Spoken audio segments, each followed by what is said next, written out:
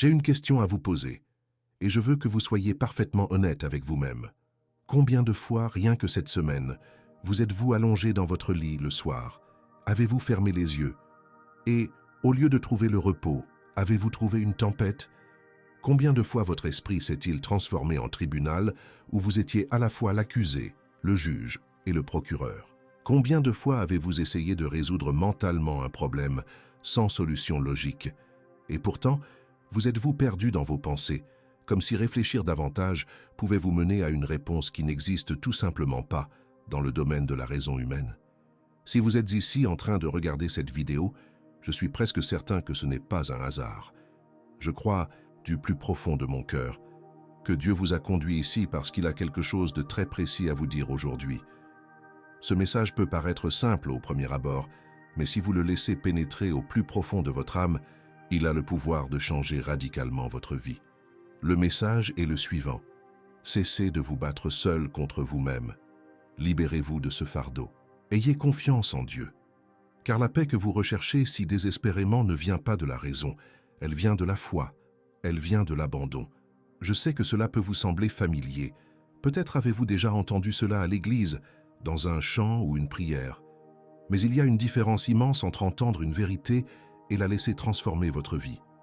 Aujourd'hui, je souhaite que nous allions au-delà des apparences. Je veux que nous approfondissions ce sujet si profondément qu'après avoir quitté cet endroit, quelque chose en vous en sera à jamais transformé. Non pas grâce à un don particulier pour les mots, mais parce que la parole de Dieu est vivante, efficace et plus tranchante qu'une épée à double tranchant. Et lorsqu'elle trouve un cœur ouvert, elle accomplit ce qu'aucun conseil humain ne peut faire. Elle guérit, elle libère, elle restaure. Commençons donc par là où tout semble dérailler. Commençons par l'esprit, car c'est là que se déroulent la plupart des combats de votre vie en ce moment.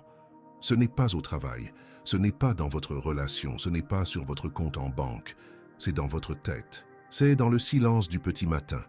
C'est à cet instant où tout le monde autour de vous semble dormir, mais où vous êtes là, éveillé, luttant contre des pensées qui paraissent interminables, des pensées sur l'avenir, sur le passé, sur des décisions que vous avez prises et que vous ne pouvez plus annuler, sur des chemins que vous avez empruntés et qui semblent désormais être des impasses, sur des personnes qui vous ont blessé et qui ne vous demanderont peut-être jamais pardon, sur des rêves qui semblent chaque jour plus lointains, sur des peurs que vous ne pouvez même pas nommer, mais qui sont là, comme des ombres, vous accompagnant à chaque pas.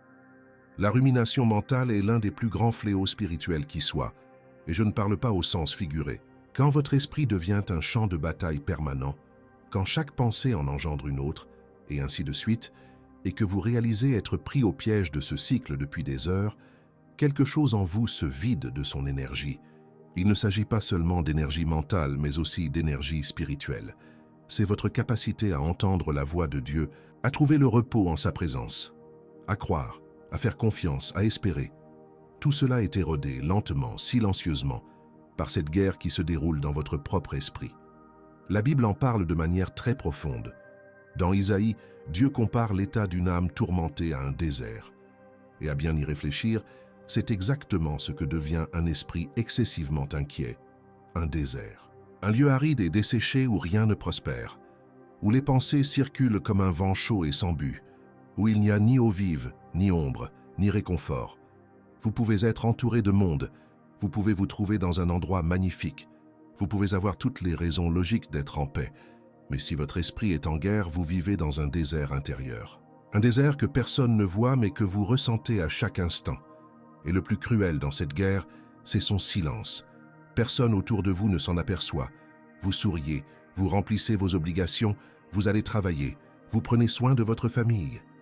Vous répondez aux messages, vous publiez sur les réseaux sociaux, et personne n'imagine que derrière cette apparence de normalité se cache une personne épuisée à force de trop réfléchir, épuisée à force de chercher des réponses, épuisée de porter seule le poids de situations trop lourdes pour qu'un être humain puisse les supporter. Et c'est précisément à ce moment que je dois vous dire quelque chose que personne ne vous a peut-être jamais dit avec la clarté dont vous avez besoin. Vous n'êtes pas fait pour porter ce fardeau. Dieu ne vous a pas créé pour résoudre tous les problèmes de votre vie. Vous n'avez pas été créé pour avoir toutes les réponses, et votre obstination à vouloir tout contrôler, tout comprendre, tout résoudre n'est pas une force. C'est en réalité la source de votre souffrance. Je sais que c'est difficile à entendre, car le monde nous a conditionnés d'une manière bien particulière. Depuis notre plus jeune âge, on nous apprend que le savoir, c'est le pouvoir, que celui qui en sait plus peut faire plus, que celui qui comprend mieux souffre moins, que la sécurité réside dans le contrôle, que la paix réside dans la prévisibilité, que si l'on peut envisager tous les scénarios possibles, si l'on peut anticiper chaque problème, chaque risque, chaque obstacle, alors on sera en sécurité. Et cette logique a du sens dans le monde. Elle fonctionne dans de nombreux domaines de la vie pratique. Mais lorsque nous appliquons cette mentalité à notre relation avec Dieu, elle devient un piège. Elle devient une barrière. Elle devient précisément ce qui nous empêche de connaître la paix que Dieu veut nous donner. Car dans le royaume de Dieu, les règles sont différentes. Dans le royaume de Dieu, le fort est celui qui reconnaît sa faiblesse. Le sage est celui qui admet son ignorance. Le vainqueur est celui qui se soumet. Et celui qui trouve la paix n'est pas celui qui comprend tout, mais celui qui fait confiance même sans rien comprendre. Cela va totalement à l'encontre de la pensée humaine. C'est illogique. Aux yeux du monde, c'est même irresponsable. Mais c'est précisément ainsi que Dieu agit. Il ne se conforme pas à nos schémas de pensée. Il ne suit pas nos horaires. Il ne rentre pas dans nos tableaux de planification. Il est Dieu. Et ses voies sont insondables, et ses pensées sont supérieures à nos pensées. Maintenant, je vous invite à prêter une attention particulière à ce que je vais dire, car je constate ce phénomène chez des milliers de personnes, et il se peut même que ce soit votre cas en ce moment. Ce besoin de tout comprendre, d'avoir réponse à tout, de connaître le pourquoi, le quand et le comment de chaque situation. Ce besoin, à un moment donné, cesse d'être une saine quête de sagesse et se transforme en un fardeau, un lourd fardeau.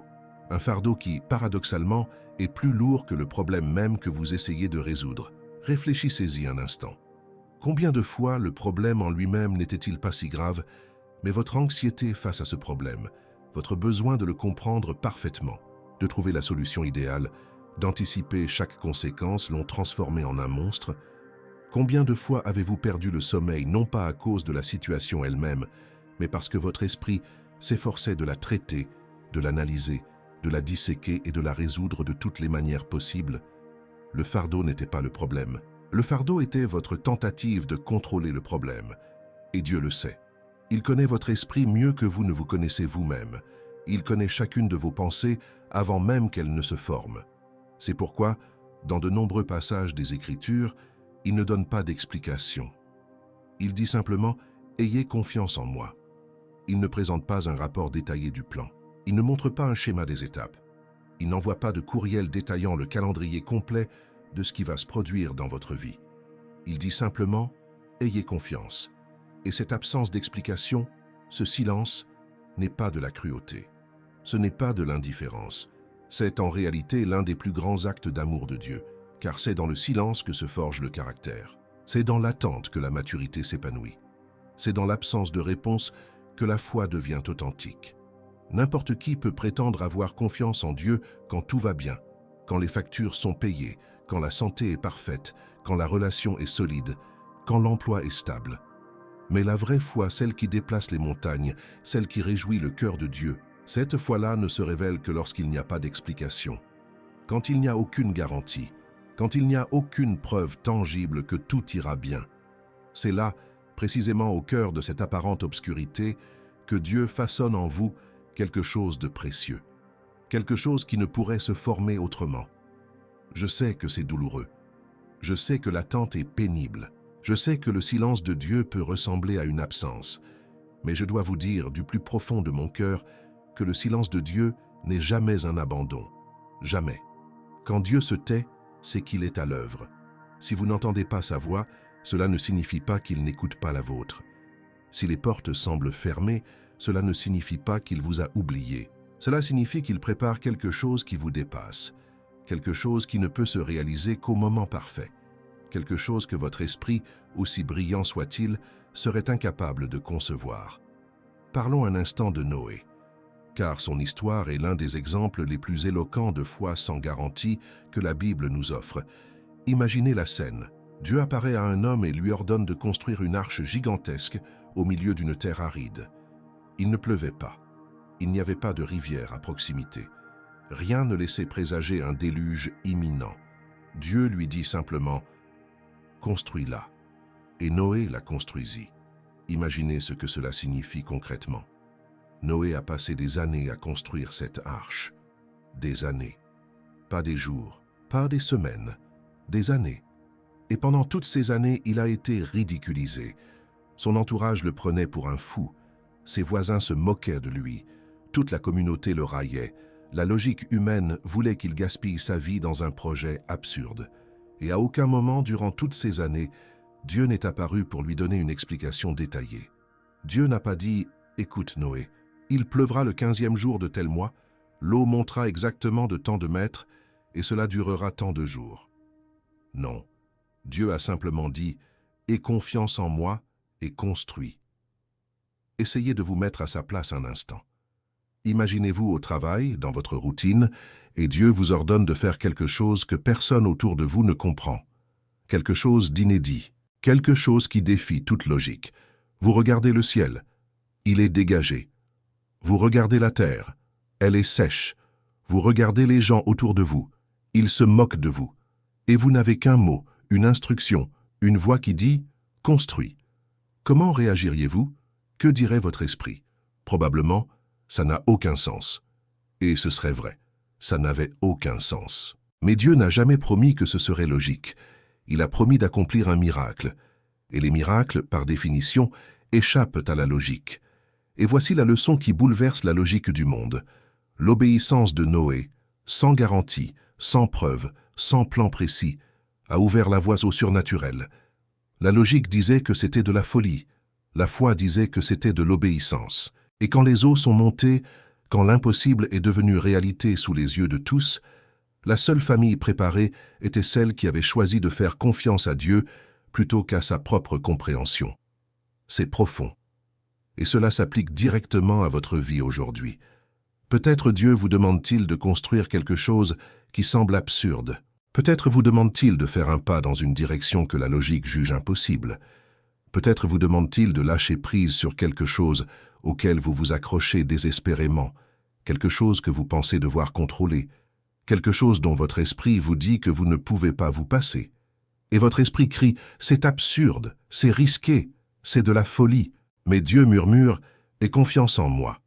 Et c'est à cet instant précis que vous devez prendre une décision, car deux chemins s'offrent à vous.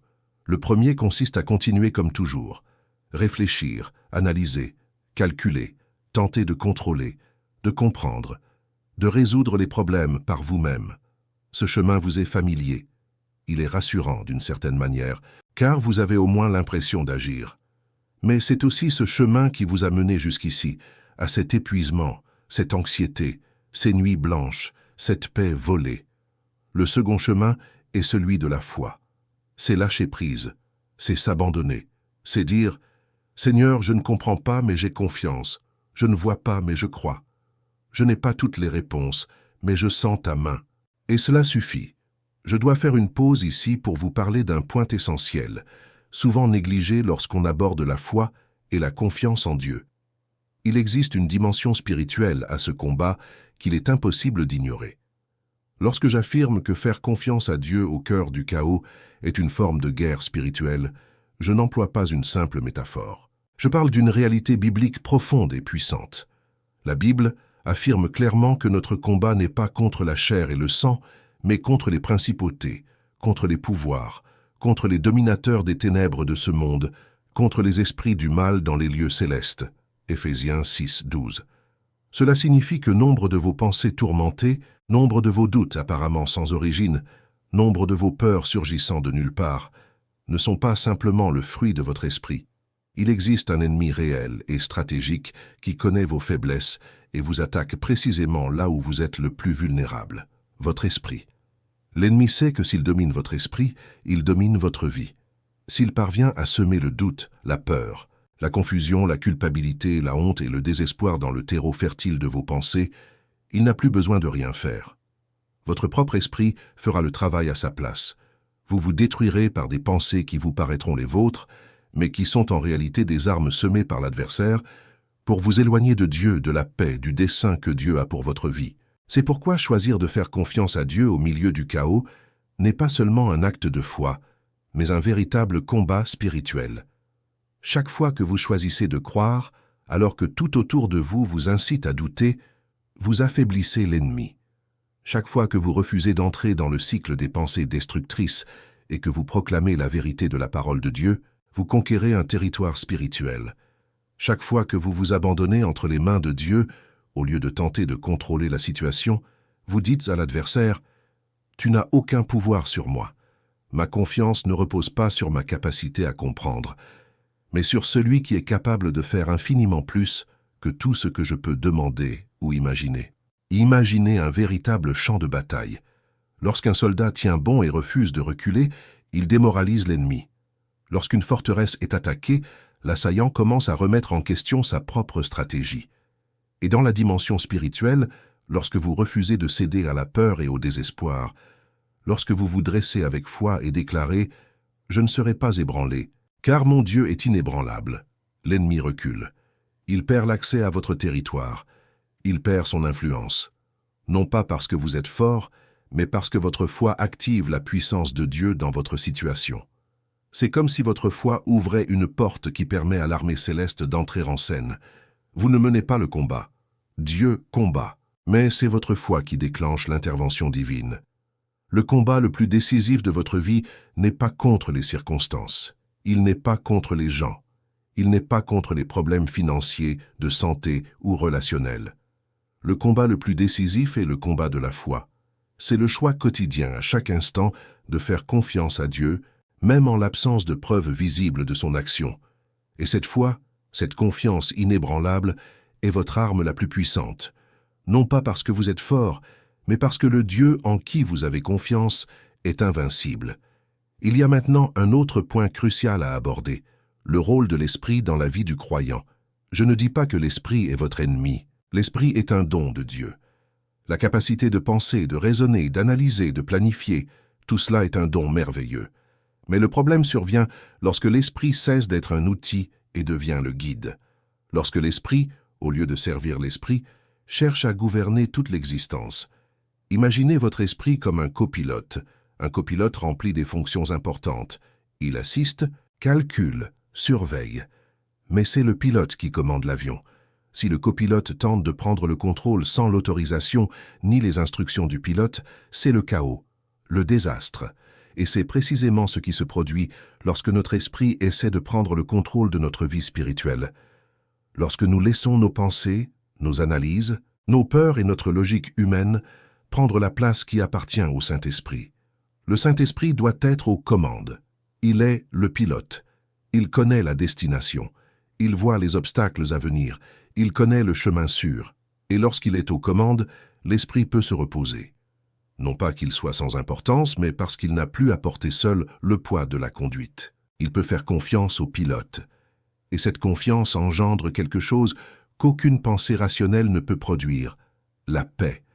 La paix qui surpasse toute intelligence, comme Paul l'écrivait aux Philippiens. Une paix qui défie la logique, mais qui est absolument réelle. Vivre par la foi exige quelque chose que notre culture ne valorise pas, la présence, l'intimité, être avec Dieu non pas pour obtenir des réponses, mais simplement pour être avec lui. Le monde nous apprend à chercher Dieu quand nous avons besoin de quelque chose, quand nous avons un problème, quand nous sommes désespérés, quand notre vie s'écroule. Et oui, Dieu nous accueille dans ces moments-là, mais la foi mature va au-delà. Elle cherche Dieu non pas pour ce qu'il peut faire, mais pour ce qu'il est. Elle recherche sa présence non comme un moyen, mais comme la fin en soi, car dans la présence de Dieu réside la plénitude de la joie. Dans la présence de Dieu, l'esprit trouve le repos. Dans la présence de Dieu, les pensées angoissantes perdent leur emprise, et l'âme trouve la paix qu'elle recherche si ardemment. Si ce contenu vous parle, si vous sentez au fond de vous que ce message était exactement ce que vous aviez besoin d'entendre aujourd'hui, j'aimerais vous demander une chose simple. Aimez cette vidéo. Cela peut paraître un petit geste, mais en aimant la vidéo, vous contribuez à ce que ce message atteigne d'autres personnes qui en ont également besoin. Et si vous n'êtes pas encore abonné à la chaîne, abonnez-vous dès maintenant, car je m'engage à vous proposer un contenu de ce genre qui va au-delà des apparences, qui touche aux questions les plus profondes de l'âme et qui apporte la parole de Dieu de manière concrète et transformatrice dans votre vie. Poursuivons, car je dois aborder un sujet que peu de prédicateurs évoquent avec franchise: l'angoisse spirituelle. Dans les milieux chrétiens, il est très répandu de croire que la foi véritable dispense de toute angoisse, que si l'on a une confiance absolue en Dieu, les pensées angoissantes disparaissent d'elles-mêmes, qu'un vrai chrétien vit dans un état de paix et de sérénité permanent, et que toute lutte contre l'inquiétude, la peur ou le doute est le signe d'une foi fragile.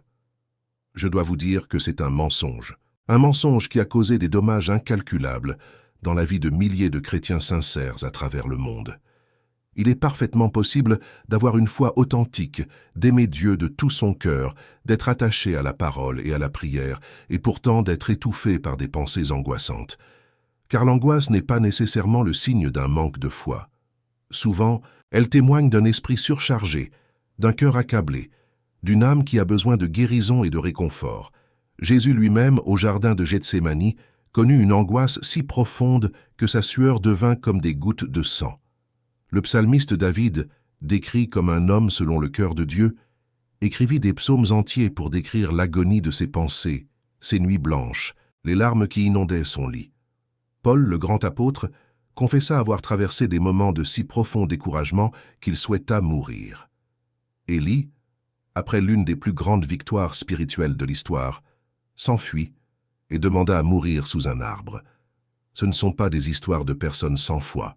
Ce sont des histoires d'hommes et de femmes d'une foi immense, qui ont eux aussi lutté contre les limites de l'esprit humain.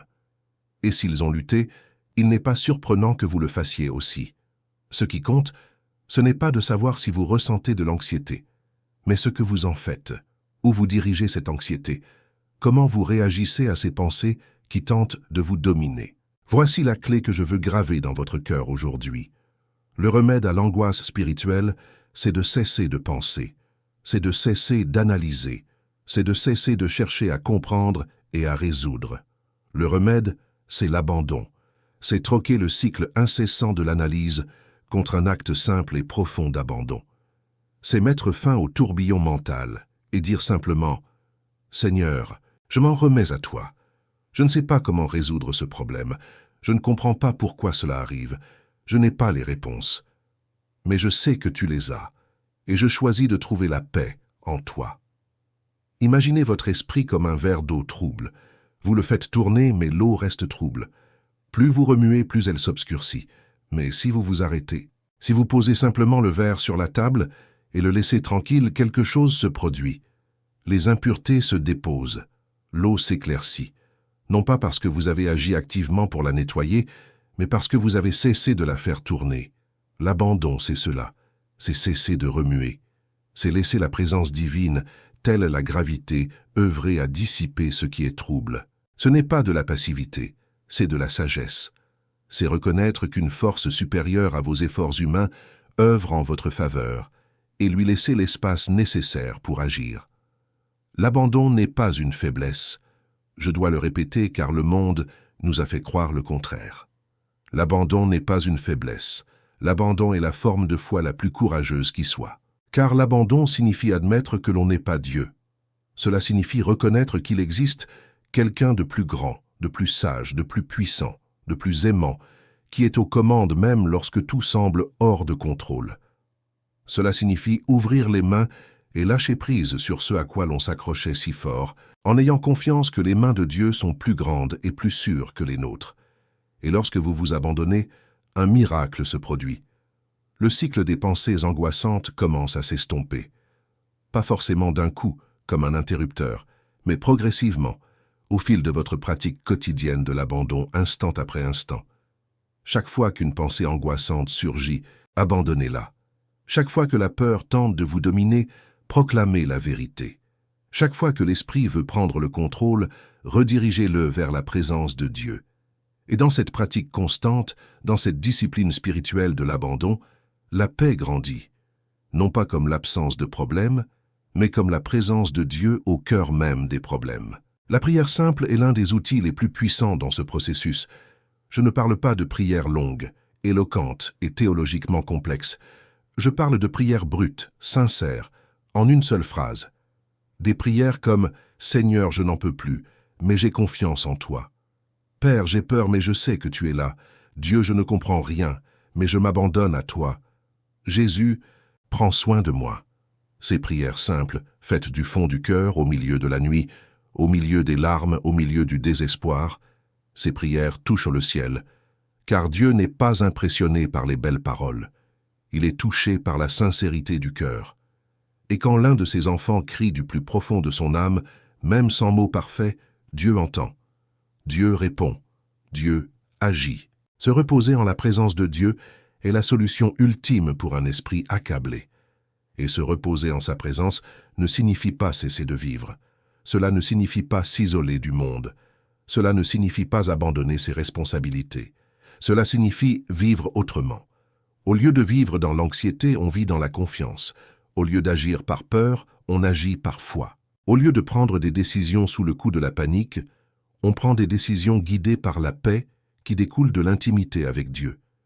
Et ce changement d'attitude, ce changement de source, transforme absolument tout. J'ai maintenant besoin d'aborder un aspect peut-être le plus mal compris de tout ce processus, le lâcher-prise. Quand je parle de lâcher-prise, d'abandon, de renoncement, beaucoup pensent immédiatement à l'abandon. Ils croient tant que lâcher-prise signifie cesser de se soucier des autres, cesser de rêver, cesser de se battre pour ses convictions, cesser d'attendre des jours meilleurs. Mais rien n'est plus faux. Lâcher-prise n'est pas abandonner. Je le répète pour que ce soit bien clair. Lâcher-prise n'est pas abandonner. Lâcher-prise, c'est faire confiance. C'est une déclaration de foi, pas un aveu de défaite. Quand vous lâchez prise, vous ne dites pas « je m'en fiche ». Vous dites « Seigneur, cela me tient tellement à cœur que je m'en remets entre tes mains, car je sais que tu en prendras soin mieux que je ne pourrai jamais le faire. » Il y a une différence fondamentale entre abandonner et se soumettre.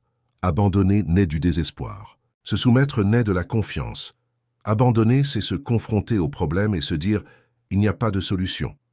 Se soumettre, c'est se tourner vers Dieu et dire « tu es la solution ». Abandonner ferme des portes. Se soumettre ouvre un espace. Et c'est précisément ce qui se produit lorsqu'on lâche vraiment prise. On crée un espace pour que Dieu agisse. Un espace pour le renouveau, un espace pour le miracle. Car tant que vos mains s'accrochent à ce que vous voulez contrôler, elles restent fermées à ce que Dieu veut vous donner. Tant que votre esprit est obsédé par le désir de tout maîtriser, il est incapable de percevoir les portes que Dieu ouvre. Tant que votre cœur est prisonnier du passé ou de ce qui aurait dû être, il n'est pas libre d'accueillir ce que Dieu est en train d'accomplir de nouveau. Lâcher prise ouvre la voie à la nouveauté divine. Et cette nouveauté est toujours préférable aux anciennes voies humaines. Toujours, sans exception. Même quand cela ne paraît pas évident, même quand c'est douloureux, même quand le chemin est long et difficile, l'œuvre de Dieu est toujours supérieure à ce que nous pourrions construire par nous-mêmes. Et quand on lâche prise, quelque chose d'autre se produit. La certitude grandit. Cela peut paraître paradoxal, mais c'est vrai. Quand on abandonne le contrôle, la certitude que Dieu est souverain se renforce en nous, car le besoin de tout contrôler engendre l'anxiété. Toujours. Plus on essaie de contrôler, plus on est anxieux, car au fond de soi, on sait qu'on ne peut pas tout contrôler. Mais quand on s'en remet à Dieu, l'anxiété diminue, car on sait que celui qui est souverain est omnipotent, omniscient, et qu'il nous aime d'un amour éternel. Il voit la fin dès le commencement. Il connaît chaque détail de notre histoire, et il œuvre en toutes choses pour notre bien. Romains 8. 28 est l'une des promesses les plus puissantes de la Bible. Nous savons du reste que toutes choses concourent au bien de ceux qui aiment Dieu, de ceux qui sont appelés selon son dessein. Toutes choses, pas seulement les bonnes choses, pas seulement celles qui semblent logiques, toutes choses, y compris la douleur, y compris l'attente, y compris le silence, y compris les circonstances qui paraissent totalement contraires à vos demandes. Tout cela est entre les mains de Dieu, et il utilise chaque élément de votre histoire pour bâtir quelque chose qui, lorsqu'il sera révélé, vous laissera sans voix, Mais pour vivre cela, il vous faut lâcher prise. Il vous faut ouvrir les mains. Il vous faut cesser de vouloir être l'auteur de votre propre histoire et laisser le véritable auteur écrire les chapitres qu'il est le seul à pouvoir écrire.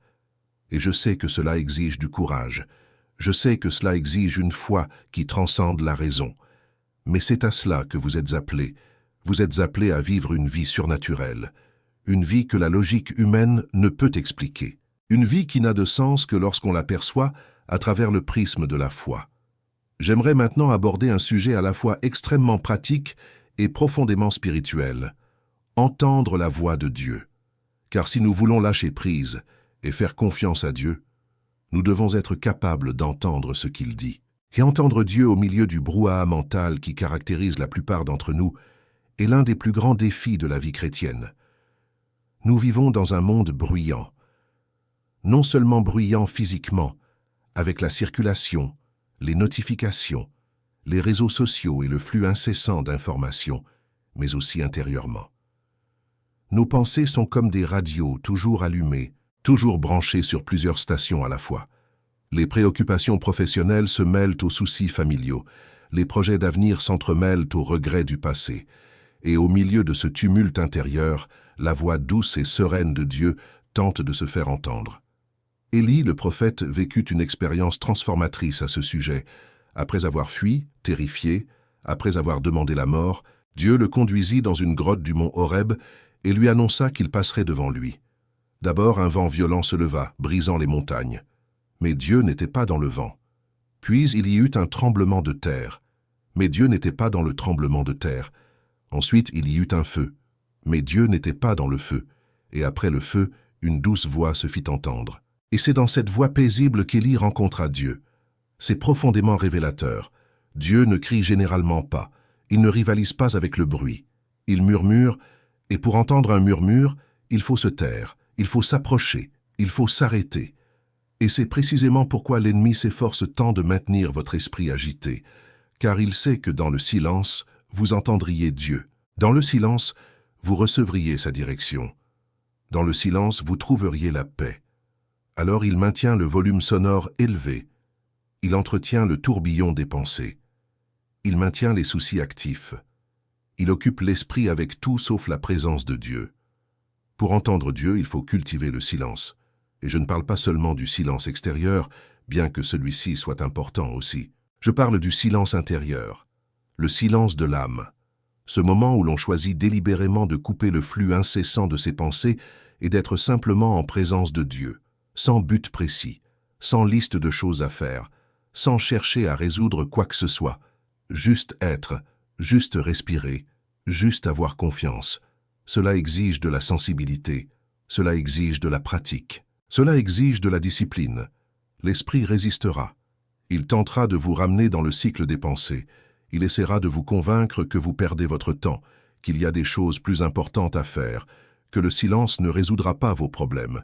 Mais ne cédez pas à cette tentation, car c'est dans ce silence que Dieu parle, c'est dans ce silence que la voix se révèle. C'est dans ce silence que la paix qui surpasse toute intelligence inonde votre âme. Et avec le silence, il vous faut du discernement, car toutes les voix que vous entendez dans votre esprit ne sont pas la voix de Dieu. 3 sources de pensée rivalisent pour capter votre attention. Votre propre esprit, le Saint-Esprit et l'ennemi. Apprendre à distinguer ces voix est essentiel à la vie chrétienne. La voix de Dieu est toujours en accord avec sa parole. Toujours.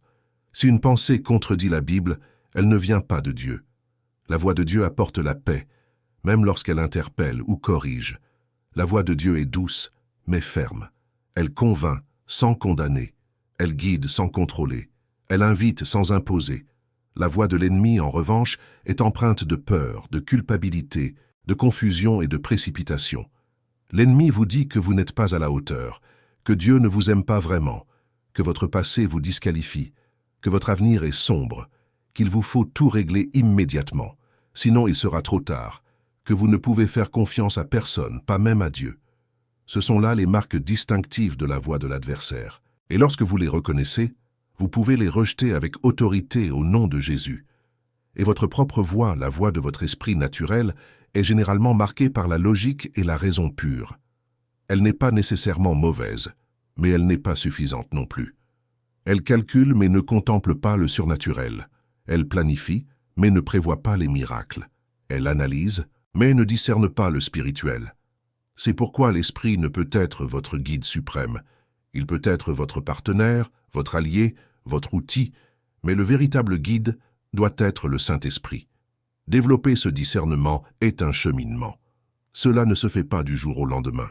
Cela se développe en approfondissant la parole de Dieu, car plus on la connaît, plus vite on discerne ce qui vient de Dieu et ce qui n'en vient pas. Cela se développe aussi par la prière, car plus on parle à Dieu, plus sa voix nous devient familière.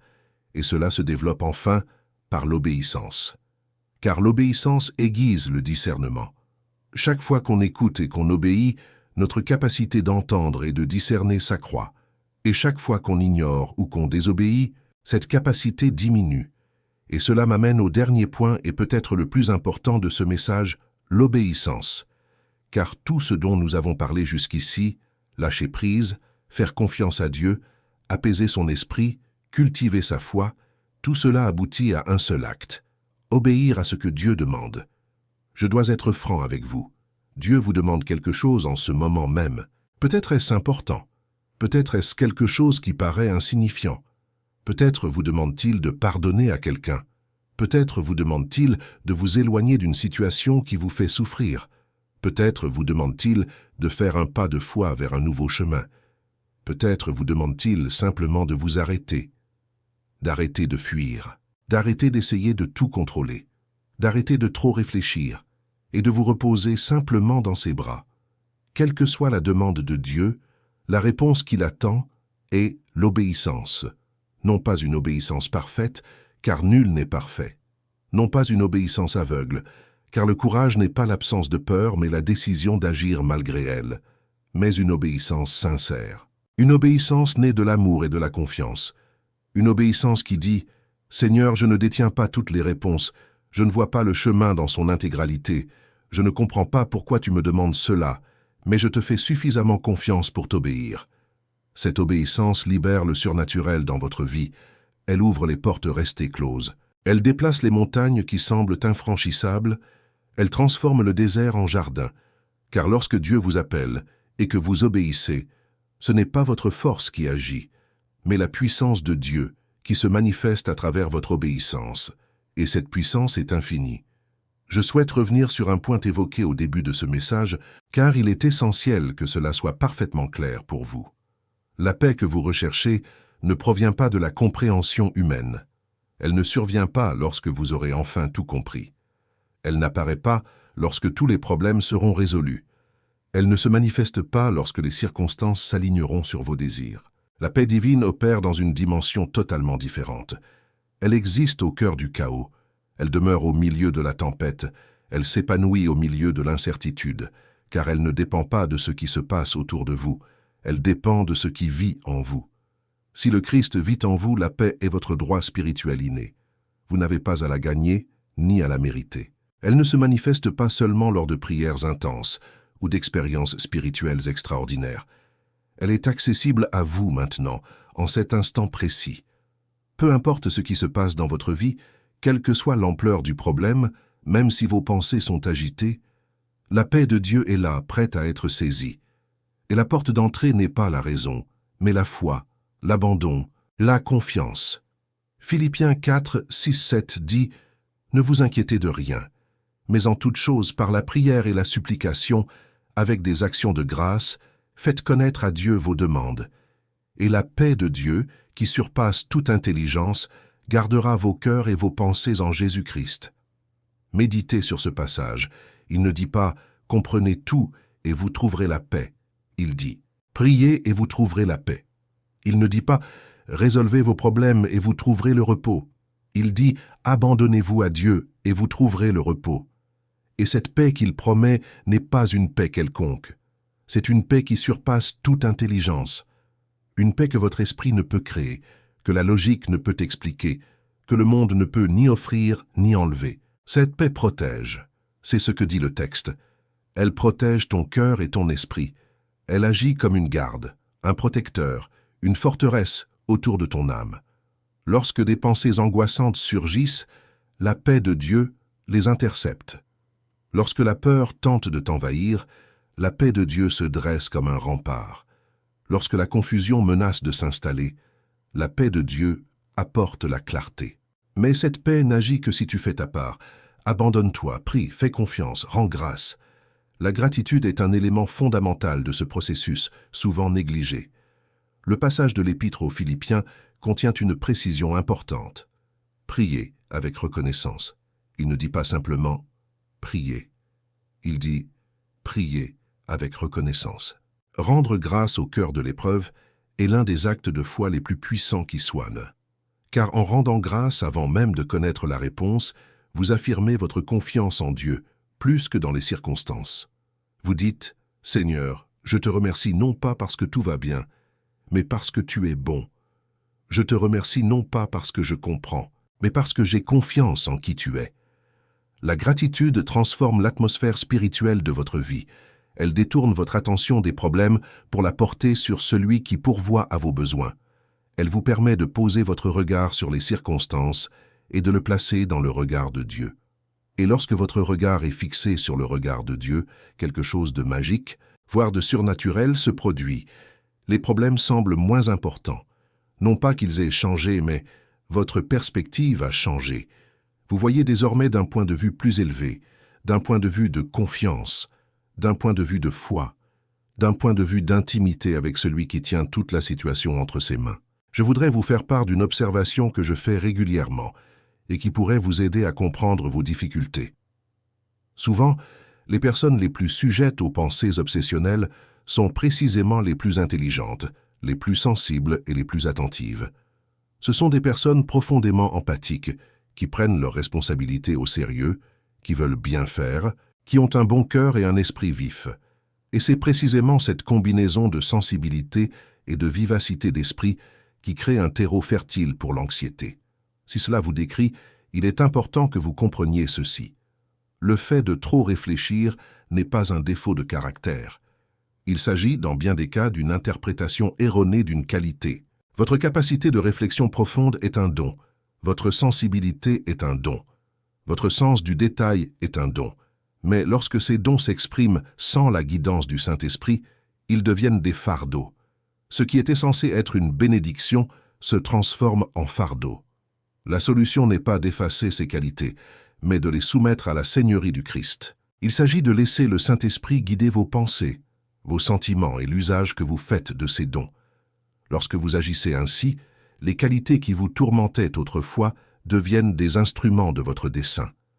L'esprit qui cogitait sans cesse réfléchit désormais de manière stratégique sous la direction divine. Le cœur qui ressentait à fleur de peau ressent maintenant avec une compassion profonde. Le souci du détail qui engendrait jadis de l'anxiété produit désormais l'excellence au service du royaume. Rien n'est vain entre les mains de Dieu. Absolument rien. Pas même vos luttes, vos peurs, vos nuits blanches.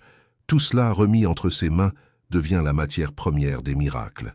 Je dois aussi aborder un piège très subtil qui prend de nombreux chrétiens.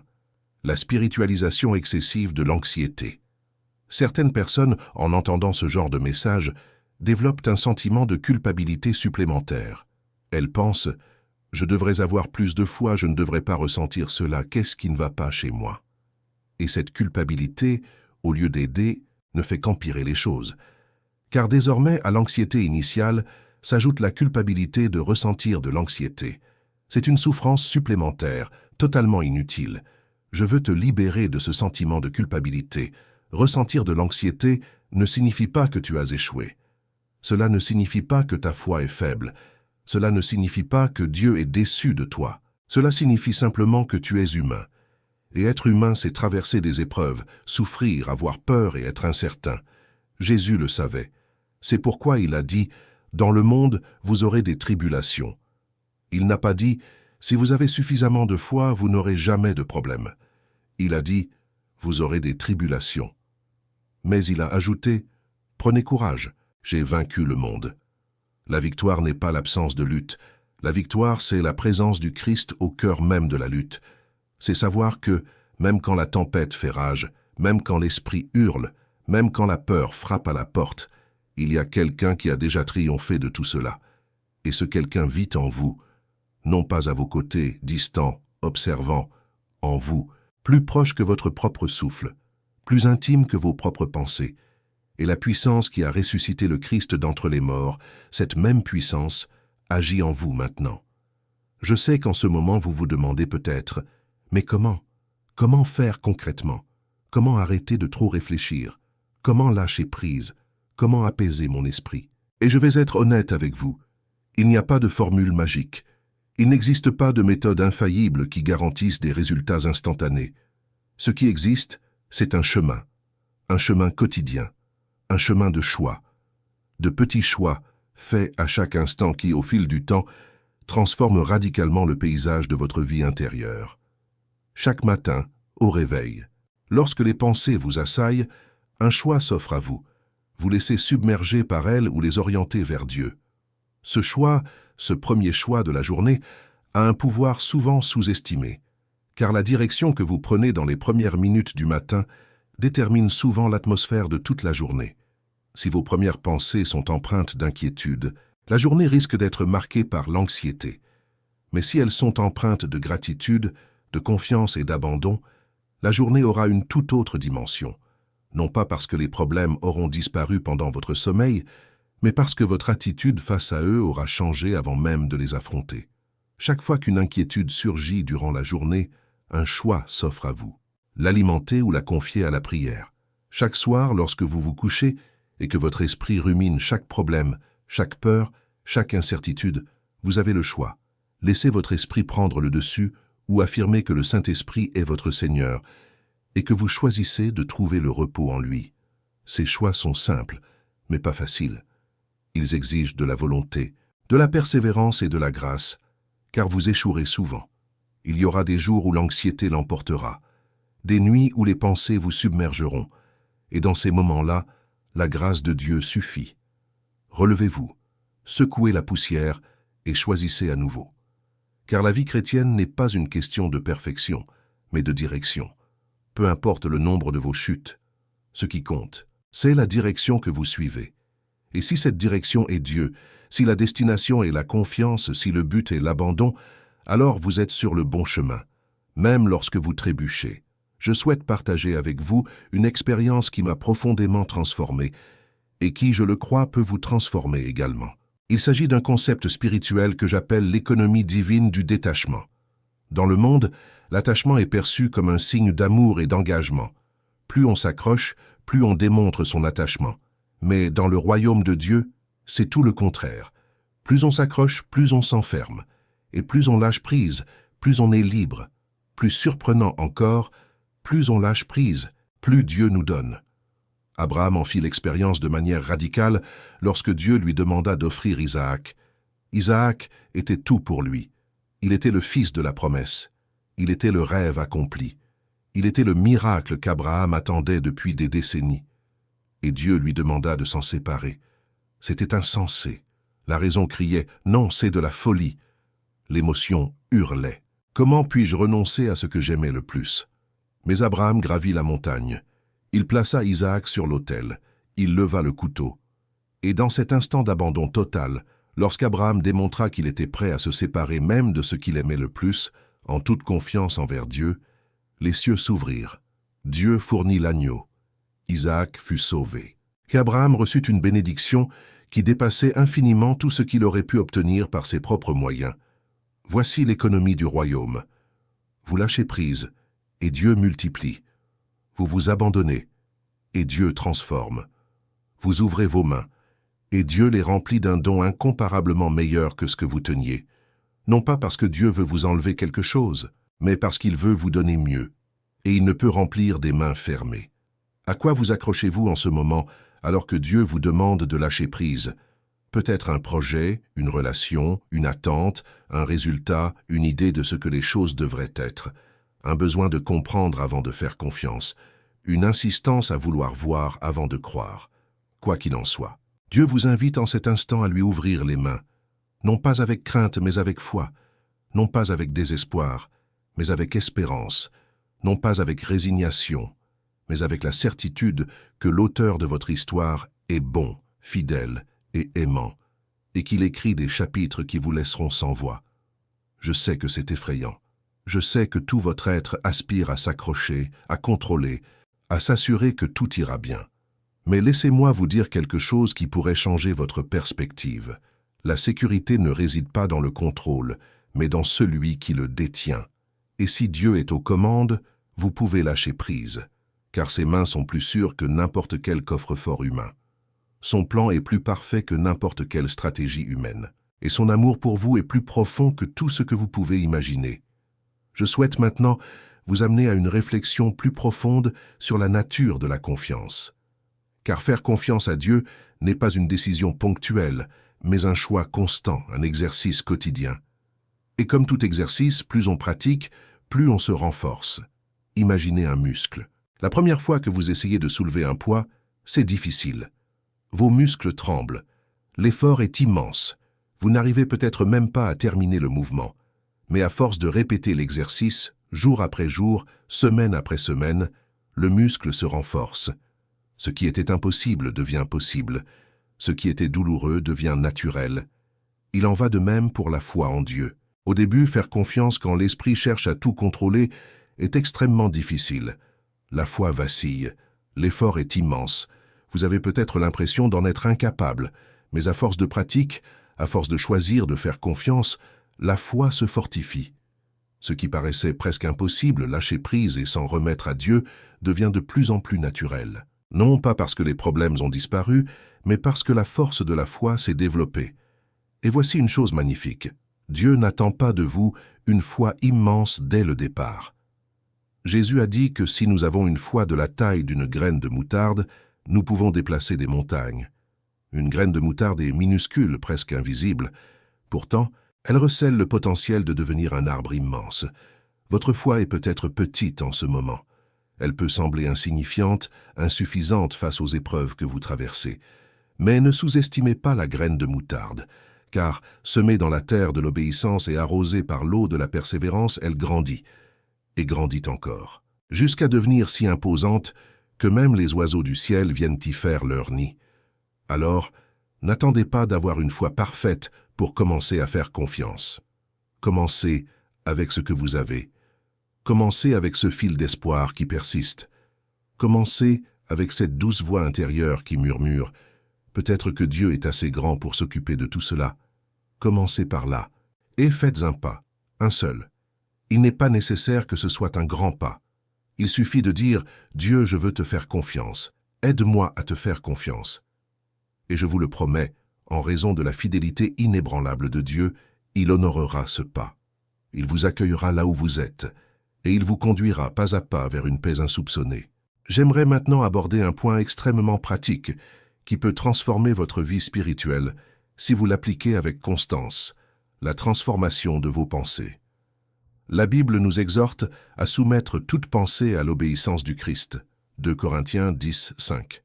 Cela signifie que vous n'êtes pas prisonnier de vos pensées. En Christ, vous avez l'autorité d'examiner chaque pensée qui vous traverse l'esprit et de décider. Cette pensée vient-elle de Dieu? Me rapproche-t-elle de Dieu ou m'en éloigne-t-elle? Apporte-t-elle la vie ou la mort? Et lorsque vous identifiez une pensée qui ne vient pas de Dieu, il ne s'agit pas simplement de tenter de l'ignorer, car nous savons que s'efforcer de ne pas y penser ne fait généralement que l'amplifier. Il s'agit plutôt de la remplacer, de la substituer.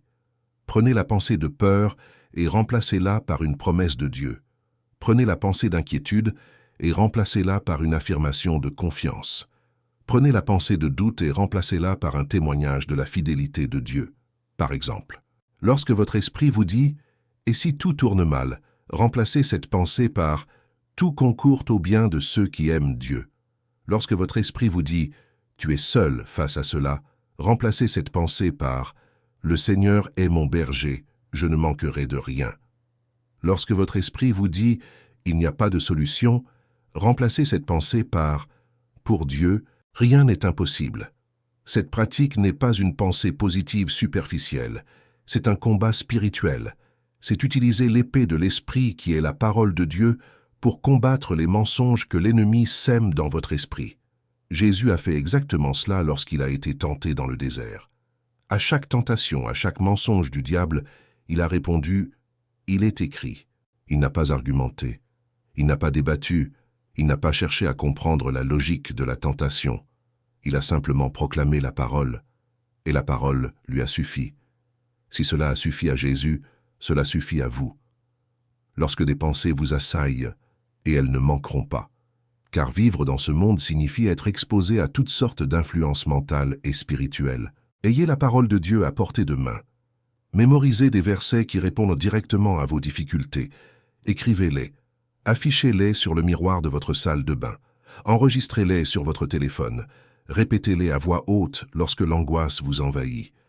Car la parole de Dieu est vivante et efficace. Elle ne revient pas à lui sans avoir accompli sa mission. Elle remplit le but pour lequel elle a été envoyée.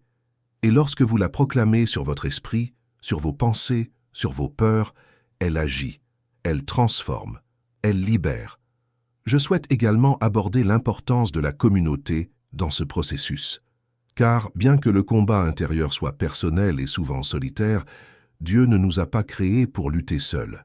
L'Épître aux Hébreux nous exhorte à ne pas délaisser nos assemblées. Et il y a une raison profonde à cela. Lorsque l'on est entouré de personnes qui partagent la même foi, qui cheminent dans la même direction, qui peuvent nous encourager dans les moments de faiblesse et nous corriger lorsque nous nous égarons, la lutte devient plus légère. Je sais que beaucoup de personnes qui regardent des vidéos comme celle-ci le font seules. Peut-être parce qu'elles n'ont pas trouvé de communauté de foi qui les accueille. Peut-être parce qu'elles ont été blessées dans une église par le passé. Peut-être parce que l'anxiété sociale rend difficile toute interaction avec autrui. Et je respecte profondément ces réalités. Mais je vous encourage, du fond du cœur, à ne pas renoncer à trouver des personnes avec qui cheminer. Il peut s'agir d'un petit groupe, il peut s'agir d'un ami de confiance, il peut s'agir d'un mentor spirituel, il peut s'agir d'une communauté en ligne qui prend la parole au sérieux. Mais ne marchez pas seul, car l'ennemi s'attaque plus facilement à la brebis isolée du troupeau. Et lorsque vous partagez vos difficultés avec une personne de confiance, un miracle se produit. Les mensonges de l'ennemi perdent leur pouvoir. Car les mensonges prospèrent dans l'obscurité, le secret et l'isolement. Mais lorsque vous mettez au jour ce qui vous tourmente, lorsque vous exprimez vos peurs et vos soucis à quelqu'un qui peut prier avec vous et pour vous, l'atmosphère change. Le poids s'allège. Et souvent vous réalisez que vous n'étiez pas seul à mener ce combat. Que d'autres personnes, des personnes que vous admirez et respectez, sont également confrontées aux mêmes problèmes. Et il y a une force immense à savoir que l'on n'est pas seul. Je souhaite apporter une autre dimension à ce message, une dimension fondamentale. Nombreux sont ceux qui vivent dans un état que je qualifierais d'urgence perpétuelle. Tout doit être résolu immédiatement. Tout exige une réponse instantanée. Il n'y a plus de place pour l'attente, le processus, la maturation. Et cette urgence, alimentée par le rythme effréné du monde moderne, est l'une des plus grandes sources d'anxiété qui soit. Dieu n'est pas pressé. Cela peut être frustrant, mais c'est la vérité. Dieu agit en son temps et en son temps. Il sème au moment opportun, il arrose au moment opportun et il récolte au moment opportun. Son timing est toujours parfait, jamais en avance, jamais en retard. C'est nous qui, dans notre empressement humain, essayons d'accélérer ce que Dieu fait lentement. Et ce faisant, nous engendrons anxiété, frustration et découragement. L'Ecclésiaste dit qu'il y a un temps pour tout sous le ciel, un temps pour semer et un temps pour récolter, un temps pour pleurer et un temps pour rire, un temps pour jeter des pierres et un temps pour les ramasser. Et ce passage recèle une vérité que notre culture refuse d'admettre. Il y a des saisons. Toutes les saisons ne sont pas des saisons de récolte. Certaines sont faites pour semer, d'autres pour patienter, d'autres encore pour tailler. Et chacune de ces saisons a un dessein divin qu'il ne faut pas précipiter sans conséquences néfastes. Si vous traversez une période d'attente, ne luttez pas. Accueillez-la. Car Dieu œuvre en coulisses, à votre insu. Il met en place des éléments dont vous ignorez l'existence. Il prépare des chemins encore inconnus. Et lorsque cette période changera, et elle changera car rien n'est éternel, vous comprendrez.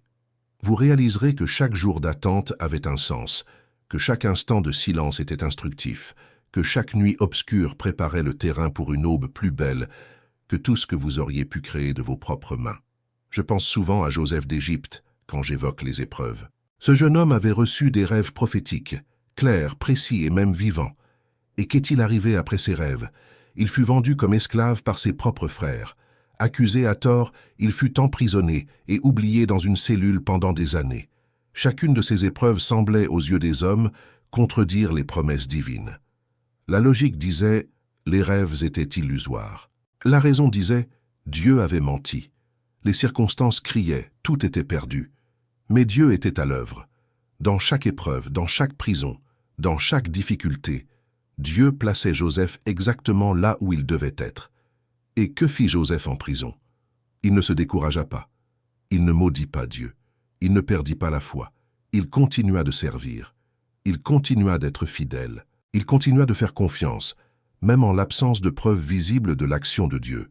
Il interpréta les rêves des autres prisonniers, servit le geôlier avec dévouement et conserva son intégrité morale, même lorsque tout autour de lui cherchait à le détruire. Et cette fidélité dans le secret, cette obéissance dans l'anonymat, cette confiance dans le silence de Dieu, c'est précisément ce qui le prépara à la cour. Car Dieu ne laisse pas la souffrance en vain. Il ne l'ignore pas. Chaque seconde de l'emprisonnement de Joseph s'inscrivait dans le plan parfait de Dieu. Chaque larme était une graine. Chaque nuit sombre était une page du plus glorieux chapitre de son histoire. Et lorsque le moment fut venu, lorsque la saison changea, Joseph passa de la prison au palais en un seul jour. En un seul jour. Et tout ce qui semblait être une destruction se révéla être une préparation. Tout ce qui semblait être une malédiction se révéla être une bénédiction. Tout ce qui semblait être la fin était, en réalité, le chemin vers le commencement de quelque chose d'extraordinaire. Ton histoire n'est pas différente. Je ne sais pas ce que tu traverses en ce moment. Je ne sais pas ce que représente ta prison, ton abîme, ton attente, mais je sais que Dieu est à l'œuvre, et je sais que son timing est parfait, et je sais que lorsque les choses changeront, tu te retourneras sur ton passé et tu diras « Maintenant je comprends, maintenant je vois. Tout concourait au bien, tout avait un but. Mais tant que la saison reste la même, que faire? Avoir confiance, adorer, obéir, apaiser son esprit, s'abandonner, cultiver la présence de Dieu au cœur du désert, sachant que le désert n'est pas votre destination finale. Ce n'est qu'une étape sur votre chemin. Et Dieu est avec vous dans cette étape, comme il l'était avec les enfants d'Israël dans le désert, les guidant par la colonne de nuée le jour et par la colonne de feu la nuit, les nourrissant de manne, leur fournissant l'eau du rocher, prenant soin de chaque détail, même lorsque le peuple ne pouvait voir. Parlons maintenant d'un sujet qui transforme radicalement votre façon d'aborder chaque jour, la déclaration de la vérité. Les mots ont un pouvoir immense. Les proverbes disent que la vie et la mort sont au pouvoir de la langue. Il ne s'agit pas d'une simple figure de style, mais d'une réalité spirituelle. Les mots que vous prononcez sur vous-même, sur votre situation, sur votre avenir, ont un poids. Ils créent une atmosphère, orientent vos pensées et façonnent vos croyances. Si vous passez votre journée à vous répéter, mentalement ou à voix haute, que votre situation est désespérée, que rien ne changera, que Dieu vous a oublié, que l'avenir est sombre, que vous êtes incapable, qu'il est trop tard, ces mots créent une réalité dans votre esprit, une réalité de défaite, une réalité de désespoir, une réalité qui ne correspond pas à la vérité divine, mais qui paraît si réelle que vous finissez par y croire. Mais si vous commencez à proclamer la vérité de la parole de Dieu, si vous commencez chaque jour en disant « Le Seigneur est ma lumière et mon salut, qui aurais-je peur ?» Si vous déclarez « Je peux tout par celui qui me fortifie », si vous proclamez « La miséricorde du Seigneur est la raison pour laquelle nous ne sommes pas anéantis, car sa miséricorde est sans fin, elle se renouvelle chaque matin », si vous faites de ces déclarations la bande-son de votre vie, alors quelque chose commence à changer, non pas du jour au lendemain, mais progressivement, constamment, inexorablement. Car la parole de Dieu n'est pas qu'une simple information. Elle est puissance, elle est vie, elle est la vérité absolue dans un monde de mensonges relatifs. Et quand on la proclame, elle agit, elle brise les chaînes de la peur, elle détruit les forteresses du mensonge, elle bâtit les murs de la confiance, elle restaure les fondements de l'espérance. Chaque proclamation de la parole est une brique dans l'édifice d'un esprit renouvelé. Et avec le temps, l'esprit qui était désert devient un jardin, l'esprit qui était champ de bataille devient un sanctuaire. L'esprit qui était source de tourment devient un lieu de rencontre avec Dieu. Je sais que tout cela peut paraître beaucoup à assimiler. Et c'est le cas. Ce message est long et dense, car le sujet est profond et important. Mais je ne veux pas que vous repartiez d'ici submergé d'informations. Je veux que vous repartiez d'ici avec une décision prise, une décision simple, mais transformatrice. J'arrêterai de me battre seul avec moi-même. Je me libérerai de ce fardeau. Je ferai confiance à Dieu. Cette décision ne résoudra pas tous vos problèmes instantanément, mais elle changera votre façon de les aborder. Elle changera votre point de vue. Elle changera la source de votre force. Et avec le temps, elle changera absolument tout. Car lorsque vous agissez avec confiance en Dieu, au lieu d'agir sous l'effet de l'anxiété humaine, l'impossible devient possible. L'insurmontable devient surmontable. L'irréconciliable devient réparable. Car ce n'est plus vous qui luttez avec vos forces limitées. C'est Dieu qui lutte pour vous avec sa puissance infinie. Je souhaite également aborder un aspect de l'abandon souvent négligé, l'abandon comme acte d'adoration. S'abandonner à Dieu, renoncer au contrôle et tout remettre entre ses mains, c'est l'adoration dans sa forme la plus pure. Car adorer, ce n'est pas seulement chanter de jolies chansons le dimanche, adorer, c'est reconnaître qui est Dieu et lui répondre en conséquence. Et s'abandonner, c'est dire « Dieu, tu es Dieu et je ne le suis pas. Tu es souverain et je me confie en ta souveraineté. Tu es bon et je trouve la paix en ta bonté. Tu es fidèle et je compte sur ta fidélité. » Cette adoration, cet abandon vécu comme un mode de vie, transforme l'atmosphère qui vous entoure. Elle transforme vos relations. Elle transforme votre travail. Elle transforme votre façon d'affronter les difficultés. Car lorsque vous vivez en vous abandonnant à Dieu, vous ne vivez plus par réaction, mais par confiance. Ce n'est plus chaque problème qui détermine votre état émotionnel, mais la vérité de qui est Dieu qui détermine votre réaction face à chaque problème. Et c'est cette vie que Jésus a décrite lorsqu'il a dit « Venez à moi, vous tous qui êtes fatigués et chargés, et je vous donnerai du repos. Prenez mon joug sur vous et recevez mes instructions, car je suis doux et humble de cœur, et vous trouverez du repos pour vos âmes.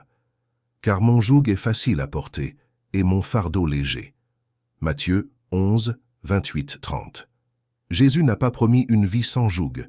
Il a promis un joug différent, un joug facile à porter, un fardeau léger. Non pas parce que les problèmes sont moindres, mais parce que celui qui les porte avec vous est plus grand que n'importe quel problème. Lorsque vous acceptez le joug du Christ, lorsque vous cessez de porter seul le fardeau et le laissez le porter avec vous, le poids se transforme. Il ne disparaît pas, mais il devient supportable, car vous n'êtes plus seul sous ce poids. Le Créateur de l'univers, le Tout-Puissant, l'Alpha et l'Oméga marchent à vos côtés, portant la part la plus lourde, et vous murmure « Je suis là, je ne vous quitterai pas, je ne vous abandonnerai pas, ayez confiance en moi. » Et cela m'amène à un point que je considère absolument central dans tout ce message. La confiance en Dieu n'est pas une théorie, c'est une expérience. On peut entendre 1000 sermons sur la confiance, lire 1000 livres sur la foi, mémoriser 1000 versets sur l'abandon. Mais tant qu'on ne la met pas en pratique, tant qu'on ne lâche pas prise, tant qu'on ne fait pas un pas dans l'inconnu en ayant confiance en la présence de Dieu, la confiance reste du domaine de la théorie. Et les théories ne transforment pas les vies. Seules les expériences le font. Alors, je vous lance un défi aujourd'hui.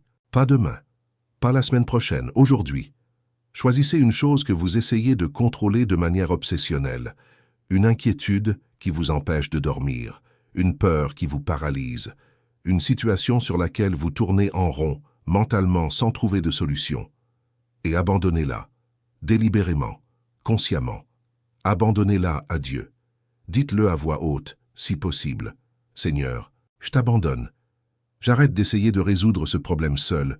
Je sais que tu es aux commandes, que tu vois ce que je ne vois pas, et que tu prends soin de moi. » Et après cet abandon, si la pensée revient, et elle reviendra, abandonnez-la à nouveau, et encore, autant de fois que nécessaire, car chaque abandon est un exercice de foi, et chaque exercice renforce la confiance. Avec le temps, vous vous rendrez compte que la pensée qui dominait autrefois votre esprit a désormais moins d'emprise sur vous. Non pas qu'elle ait disparu, mais parce que vous êtes devenu plus fort. Non pas parce que la situation a changé, mais parce que votre attitude face à elle a changé. Et c'est là, mon ami, le début de la liberté. La vraie liberté. Une liberté qui ne dépend pas des circonstances. Une liberté qui vient de l'intérieur. Une liberté qui est un don de Dieu à ceux qui choisissent de lui faire confiance. Je voudrais terminer ce message en revenant au début. J'ai commencé par vous interroger sur ces nuits où votre esprit refuse de trouver le repos, sur ces guerres silencieuses que personne ne voit, sur l'épuisement que procure la rumination. Et maintenant, après tout ce que nous avons partagé, je voudrais vous poser une dernière question, la plus importante de toutes. Qu'allez-vous faire de ce que vous avez entendu aujourd'hui? Car la vérité qui transforme n'est pas celle qu'on entend, mais celle qu'on met en pratique. La Bible compare celui qui entend la parole sans la mettre en pratique à quelqu'un qui se regarde dans un miroir, voit son visage, puis s'en va, et oublie aussitôt à quoi il ressemble. Mais celui qui entend et met en pratique est comparé à celui qui a bâti sa maison sur le roc. Et lorsque les pluies, les torrents et les vents sont venus, la maison est restée inébranlable. Votre vie est cette maison. Et les fondations sur lesquelles vous la bâtissez déterminent sa résistance aux tempêtes. Si ces fondations reposent sur votre capacité humaine à tout contrôler et à tout comprendre, la maison s'écroulera. Car l'esprit humain, aussi brillant soit-il, n'est pas fait pour supporter le poids d'une vie entière. Mais si ces fondations sont la confiance en Dieu, la soumission à la Seigneurie du Christ, une foi qui transcende la logique, une obéissance qui va au-delà du confort, alors cette maison demeurera. Quoi qu'il arrive, quelle que soit la violence de la tempête, la maison restera, car ses fondations sont inébranlables. Je voudrais prier pour vous maintenant, avant de terminer. Et je souhaite que vous accueilliez cette prière non comme de vaines paroles, mais comme une profession de foi concernant votre vie. Père, je te confie chaque personne qui regarde cette vidéo en ce moment. Tu connais chacun d'eux par leur nom. Tu connais chaque pensée qui les tourmente. Tu connais chaque peur qui les paralyse.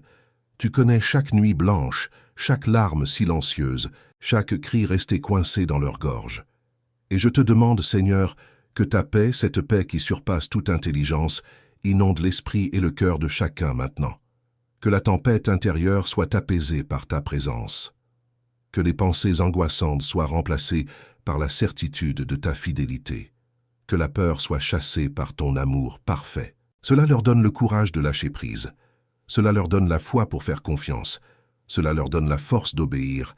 Et cela montre à chacun d'eux, d'une manière personnelle et indéniable, que tu es souverain, que tu les aimes et que tu agis déjà en leur faveur, même lorsqu'ils ne le voient pas. Au nom de Jésus, je prie et je déclare. Amen. J'espère sincèrement que ce message vous a touché d'une manière ou d'une autre. J'aimerais maintenant vous poser une question. Je vous invite à laisser un commentaire. Quel message Dieu vous a-t-il particulièrement inspiré? Quel passage vous a le plus profondément marqué? Dans quel domaine de votre vie ressentez-vous le besoin de lâcher prise et de faire davantage confiance à Dieu? Je lis chaque commentaire. Chacun compte pour moi. Et je crois que lorsque vous écrivez ce que Dieu vous inspire, cela devient une profession de foi, un engagement public, une étape importante de votre cheminement. Alors, ne négligez pas cette étape. Commentez, partagez, ouvrez votre cœur. Si cette vidéo vous a apporté du réconfort, partagez-la avec quelqu'un qui a besoin d'entendre ce message. Peut-être une personne de votre entourage qui traverse une période difficile, qui souffre d'anxiété ou qui porte tout sur ses épaules. Envoyez-lui cette vidéo, car un mot, au bon moment, peut changer une vie. Si vous n'avez pas encore aimé cette vidéo, faites-le maintenant. Et si vous n'êtes pas abonné à la chaîne, abonnez-vous et activez les notifications pour ne manquer aucune vidéo. Je m'engage à vous transmettre des messages profonds qui touchent aux questions les plus intimes de l'âme et vous aident à vivre pleinement la vie promise par Jésus. N'oubliez pas, cessez de lutter seul contre vos pensées. Relâchez ce fardeau. Ayez confiance en Dieu. La paix ne vient pas de la raison, mais de la foi. La paix vient de l'abandon. Et Dieu vous attend, les bras ouverts, pour vous offrir cette paix. Maintenant, aujourd'hui, en cet instant, ayez simplement confiance. Que la grâce de notre Seigneur Jésus-Christ, l'amour de Dieu et la communion du Saint-Esprit vous accompagnent, vous et votre famille, maintenant et à jamais. À bientôt pour un prochain message. Que Dieu vous bénisse. Avant de vous quitter, je voudrais vous laisser une dernière pensée. Vous vous souvenez de cette pensée qui vous est venue à l'esprit en regardant cette vidéo? Cette pensée précise, concernant cette situation précise, cette personne précise, cette peur précise. Cette pensée n'est pas apparue par hasard. Dieu vous montre exactement ce à quoi il veut que vous vous abandonniez, ce dont il veut que vous vous libériez, ce dont il veut prendre soin pour vous. N'ignorez pas cela. Ne remettez pas à plus tard, ne dites pas « je m'en occuperai demain », car demain est une promesse que nul n'est assuré de tenir. Mais maintenant, le présent est un don de Dieu, et dans cet instant présent, il vous tend la main. Il vous invite à une vie différente. Une vie où l'esprit n'est plus un champ de bataille, mais un havre de paix. Une vie où les pensées ne sont plus des chaînes, mais des ailes. Une vie où la foi n'est pas seulement une croyance, mais une expérience quotidienne de la présence et de la puissance de Dieu. Tu as été créé pour cette vie. Non pour l'anxiété, non pour la peur, non pour les nuits blanches à lutter contre des pensées qui te volent ta paix. Tu as été créé pour vivre pleinement la présence de Dieu, pour te reposer dans les bras du Père, pour marcher par la foi et non par la vue, pour avoir confiance en celui qui est capable de faire infiniment plus que tout ce que tu peux demander ou imaginer. Et ce Dieu merveilleux, insondable, tout-puissant, ce Dieu vous aime. Il vous aime personnellement. Il vous aime tout particulièrement. Il vous aime dans vos pires moments comme dans vos meilleurs. Il vous aime quand votre foi est immense comme quand elle est minuscule. Il vous aime dans la réussite comme dans l'échec. Il vous aime quand vous avez confiance comme quand vous doutez. Son amour est inconditionnel. Il ne dépend pas de vos actions. Il ne change pas au gré des circonstances. Il est éternel. Il est inébranlable. Il est plus profond que l'océan le plus profond et plus haut que la plus haute montagne. Et c'est dans cet amour que je vous invite à trouver le repos aujourd'hui. Non pas dans vos efforts, non pas dans votre compréhension, non pas dans votre capacité à résoudre les problèmes, dans l'amour de Dieu. Simplement dans l'amour de Dieu. Car lorsque vous vous reposez dans son amour, tout s'harmonise. L'esprit trouve la paix, le cœur trouve le repos, l'âme trouve un sens, et la vie enfin prend tout son sens. Non pas parce que vous avez compris toutes les réponses, mais parce que vous avez trouvé celui qui est la réponse à toutes les questions. Que Dieu vous bénisse abondamment, qu'il garde votre esprit et votre cœur en Jésus-Christ, qu'il vous accorde des nuits paisibles et des jours de paix inébranlables, qu'il fasse taire les voix qui vous tourmentent et qu'il fasse résonner sa voix dans votre cœur, qu'il vous donne le courage de lâcher prise, la foi de lui faire confiance et l'obéissance de suivre son appel. Je t'aime en Christ, et je sais que Dieu te réserve des merveilles, des choses que l'œil n'a jamais vues, que l'oreille n'a jamais entendues et que le cœur humain n'a jamais imaginées. Mais Dieu les a préparées pour ceux qui l'aiment. Et tu es de ceux qui l'aiment. Il le sait. Et il veille sur toi avec bienveillance. Que la paix du Seigneur soit avec vous, aujourd'hui, demain et à jamais. Amen.